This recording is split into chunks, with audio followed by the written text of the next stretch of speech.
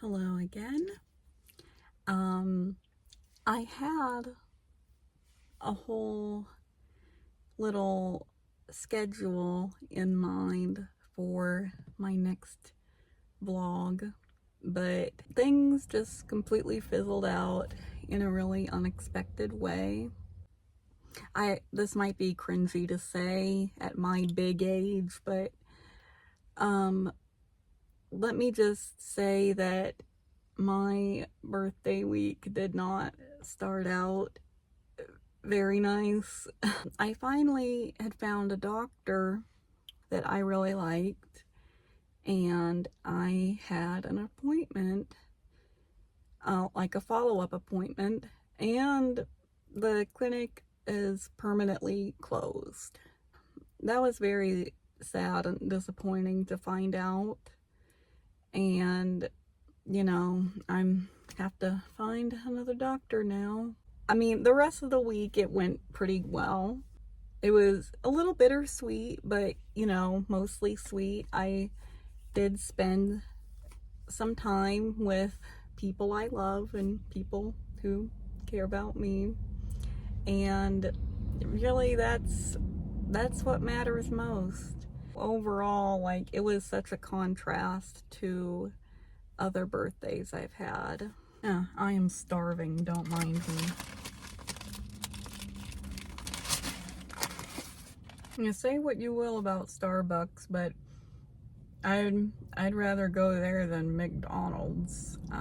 It's not like I have an abundance of choices around here. My horoscope today is very fitting, actually. It said, life can be beautiful and sorrowful at the same time. And that's essentially what my week was. Losing a doctor that I really, really liked, having to start all over again, because I am currently going through some issues, and yeah, I mean, that's a story for another time. Just spending time with people that I really care about and love. As contemplating a situation that happened at this time last year, and just how differently I see it now. And that is also another thing that was beautiful and sorrowful at the same time. Oh my, it's sprinkling right now. Okay, it's raining. Yeah. Well, that'll be a nice ambiance. Yes. Yeah, just open up the sunroof, get a little more light in. Oh, this is lovely. I am going to talk about limerence. This isn't like a story time full of tea, if you will. This also isn't me like preaching to you and telling you like, oh, this is how you get over limerence. This is what you need to do to avoid it, because I sure as shit don't have everything figured out. And I'm really not interested in pretending that I do.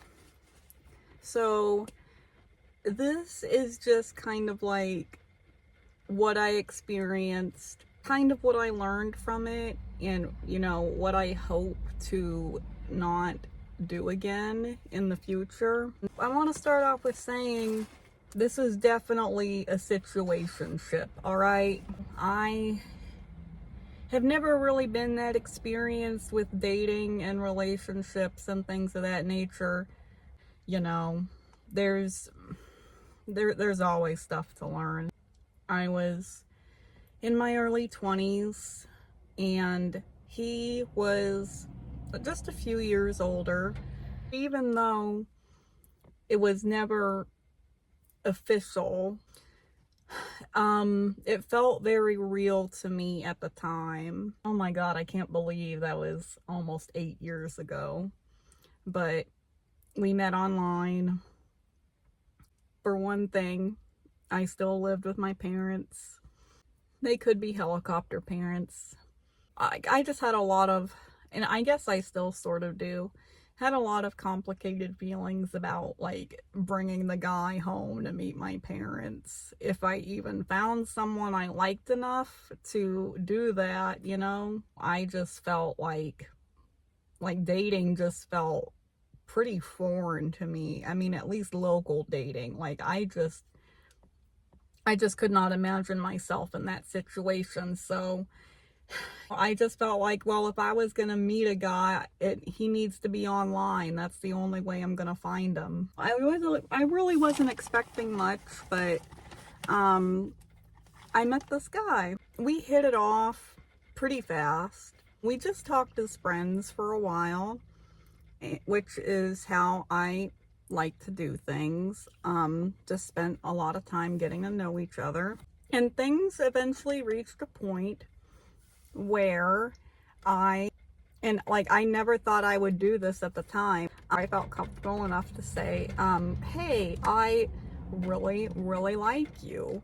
And I hope that we can reach a point where, you know, we meet face to face and we can make something happen with this. And like just move this forward in some way. Things were happening in both of our personal lives, more so his than mine. But then I started getting mixed signals, and at the time I just did not want to call him out on it. I was just too meek for that. But the mixed signals and the hot and cold, it did really bother me. He did come across very genuine, which was why it took me so long to finally tell him how I really felt about the mixed signals. I was raised to put others first and give second chances. I think a lot of us women are raised that way, for better or for worse. Mostly for worse, honestly. Now, I will admit, on my part, I did fill in a lot of gaps on my own. Like not just at this early point in time, but like later on down the road, I did fill in a lot of gaps on my own that I shouldn't have. But there was just enough going on and enough intentional sounding statements to keep me invested. I still wanted to be nice about it, but I did kind of confront him and told him how I felt. And I will say this, but when a man says you deserve better, run. Like, yes, he could legitimately have trauma and attachment issues. He could be like hiding and burying his feelings for you. But when a man tells you you deserve better, he is not, and I had to learn this the hard way. I did. That he's not like, you know, looking for you to like build him up and just talk him out of his insecurities and praise him. You deserve better than me, because I will not give you what you deserve. This is just what I went through and what I learned. That's all. So right before I put my foot down and told him how I felt, I had made a playlist. And I worked really hard on this playlist, okay? I wanted to make it very special and very personalized. And one of the things that I felt really hurt by was he didn't listen to it. And then there was the you deserve better. So there was more inconsistency after this, after the you deserve better. And you know, I took that totally the wrong way, and I just thought like, oh, I need to give him another chance. He's just feeling really down on himself. He's going through a hard time, and I need to be there for him. He was still giving mixed signals after this little come to Jesus type talk. So I put my foot down a second time. I really wanted to have the what are we talk, but we didn't get a chance because of the stuff going on in mostly his life. You know, at the time I was just like, oh, I don't want to bother him. Several months too late, I decided to have the what are we talk. And it did not go well. I'm quite broken up about it. I did send a really long, probably longer than it needed to be, because I've learned that at least for this individual and for people that I am in limerence with, like, you can just explain and go into details about what went wrong and what needs to be made right and what we can do differently and blah blah blah blah blah. Just save your energy and stop explaining yourself. Long story short, we kind of broke up, even though, again, this was a situationship. There was really, it wasn't even a real breakup, you know? Oh yeah, my final straw.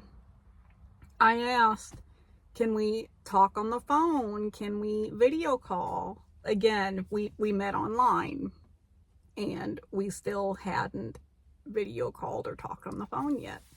By the way, I will not give any personal identifiers or anything like that, but I can say with confidence, he was not, you know, a catfish or some fake person. No, he was not a scammer, is what I'm trying to say. He definitely was a real person, okay? There was no requests for money or shit like that. I think I should have asked this a lot sooner, but, you know, that's on me. So I asked, can we talk on the phone? And the response I got was it just told me everything I needed to know. And very non-committal. Like, can't even commit to having this, you know, a short phone call. I broke up with him. That's the closest I can describe it. It felt like a breakup. It really did. Like, situationships, they can cause just as much pain and just as strong feelings as an actual relationship where you both agree, yes, we are a couple. Situationships, you can have as many foggy and gray areas as you want, but it's just like all the gaps that you fill in, they make it makes it seem more solid than it actually is. That is like the perfect fuel for limerence. After this breakup, life goes on. Time moves forward. I'm more focused on other things going on in my life. You know, more focused on other people. I only think about this dude occasionally. It's more like, God, I hope he's all right. I hope he's doing well. But I don't reach out or anything. But then, just completely out of the blue, he reaches out. And this was like 2 years after I called things off, and, you know, I just told him, like, I can't do this anymore. I made it clear that I don't regret meeting you. I still care about you, but I just can't keep doing whatever this is anymore. It just hurts too much. It's just like a huge shock to me. He had gone through some stuff, some life upheavals, and he just wanted to talk to me again, I guess. I took on that role again as the comforter and the caretaker, just the one who nurtures his feelings. Well, I didn't think he was a bad person or anything, just confused. And just as naive as I was, in a way. You know, I comfort him, I give him advice.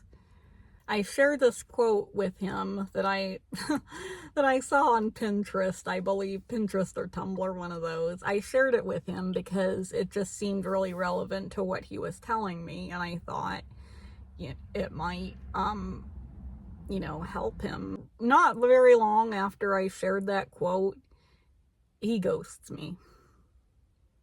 Just very suddenly. No word, no warning, nothing. I had no idea whatsoever what happened.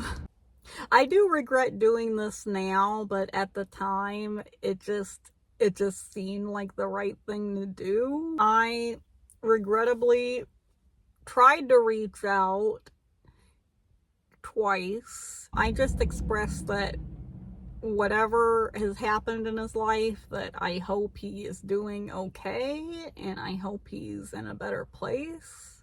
He never read it. You know, the red receipts were on, and I know he never read it. Until, this is where we get to around this time last year.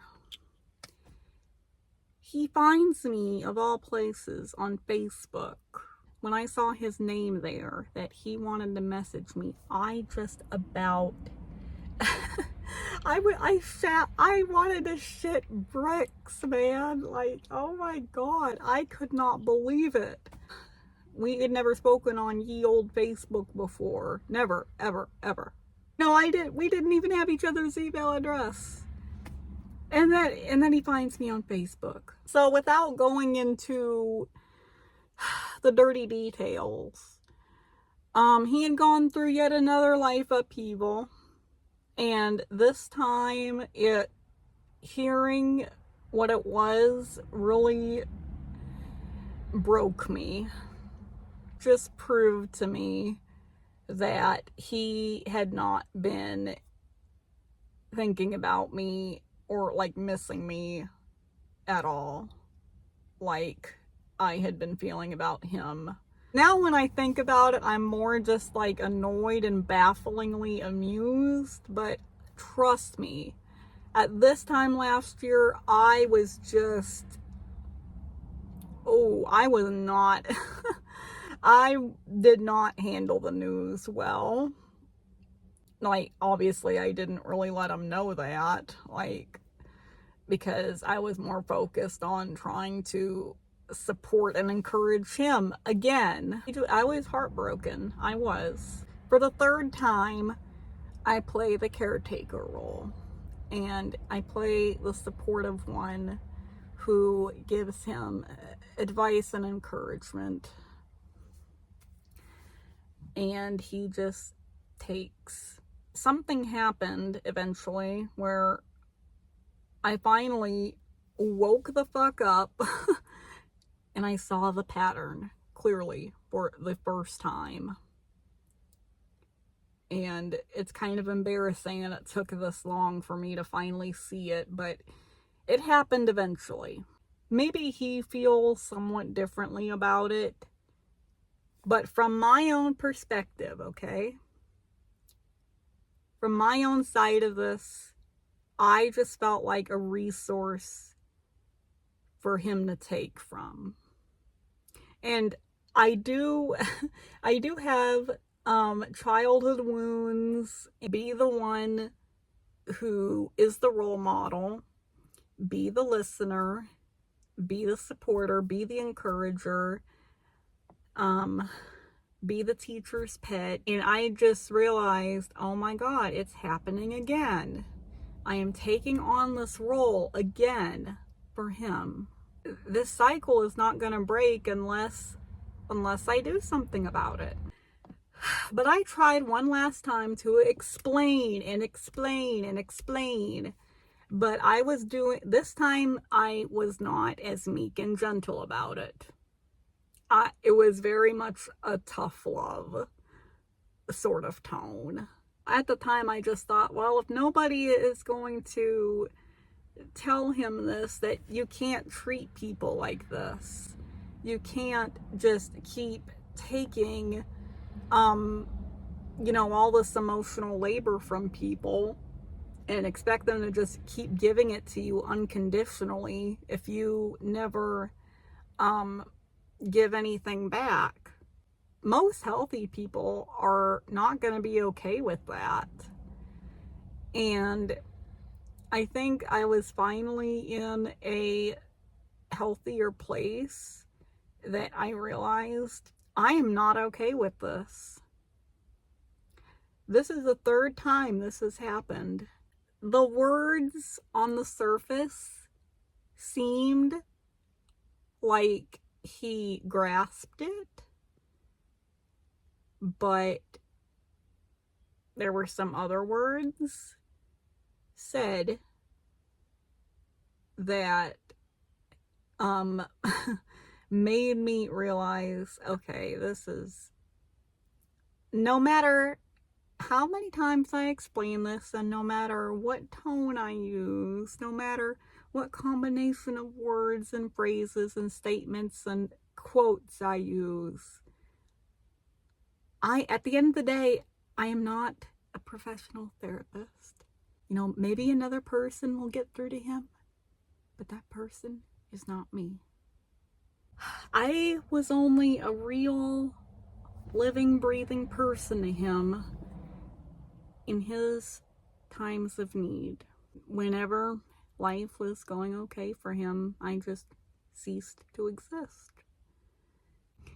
I'm wondering if one of the reasons we connected the way we did is because we're much more similar than either of us know. Like, we're, two people handling this in different directions. Like, I spent a lot of time in limerence and idealizing him and just wondering if he misses me. At the same time, he only gets those kind of feelings, or anything remotely close to those feelings, when life just isn't going well for him. When he needs someone to be a listening ear. My point is that maybe we were more alike in a way that I didn't want to admit. That we were just two people who were never seeing each other clearly. You could give someone all the chances in the world and all the patience and the love and the support that they could possibly want. But you cannot love someone into wholeness. You can't just completely burn yourself out and hoping that they will appreciate it one day. And while, yes, there were many parts of this whole situationship thing that felt unfair and just so ambiguous and foggy, and like, I was in love with a projection, okay? There was just a lot about him that I will never know. I loved the fantasy more than the person, I think.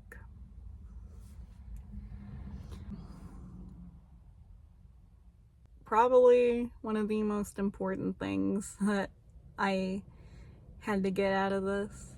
You can say, like, oh, I'm too shy all you want, but if your feelings for someone are strong enough, you'll find a way. If you actually do want to be with them and show them how much you do care, you'll find a way. Really, if they wanted to, they would, because I think this can apply to everybody, okay? Not just in the context of a heterosexual woman. If they wanted to, they would. I made this dude a whole playlist that I put a lot of thought into, and he just couldn't meet me halfway. So if someone gives excuses and just keeps going, oh, I'm too shy, then you have your answer.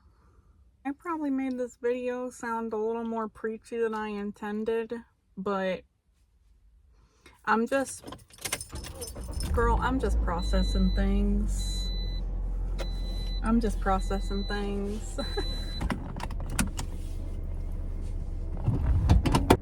We haven't spoken in almost a year, and I wish him well. I hope that he learns how to treat people better than he treated me. I never want to be in contact with him ever again. And I will not let it happen because I blocked him. It's not a perfect cure, but blocking and no contact, okay? You might wonder, like, oh, well, would that make him miss me? Will that help me get him back? Well, we don't know that, but you know, you got to do it for you. That's what I had to do for myself. Like, how long was I gonna keep making myself available at all times? He couldn't even appreciate it, really. He would reach out to me for comfort and support and advice and everything. I would give it to him, he'd take it, but then later on he would act confused about why I was helping him. I just had to accept that there are a lot of things about whatever we were. There's a lot of things that I have accepted that I will never understand. And yeah, I'm just never going to know the answers. And while it would be nice in a way, like just the thought of it, to ask him, like, hey, why did you say this thing, or why did you do this thing? Nothing that he could say that would make me feel any better. Most of the time, their answers are not going to make you feel better. And you also have to ask yourself, like, what am I expecting out of this? Because closure, most of the time, it's a myth. Like, it's not gonna really do you any good.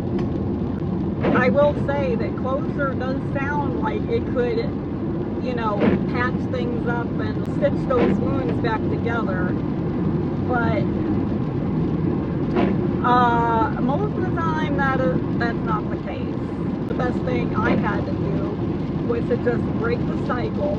I did explain a little bit, but you know, that was the last time I was going to do it, so I did tell them this dynamic is, and I know this word has kind of become a meme, but I really do mean it, because I do have like some inner wounds related to this, but caretaker wounds.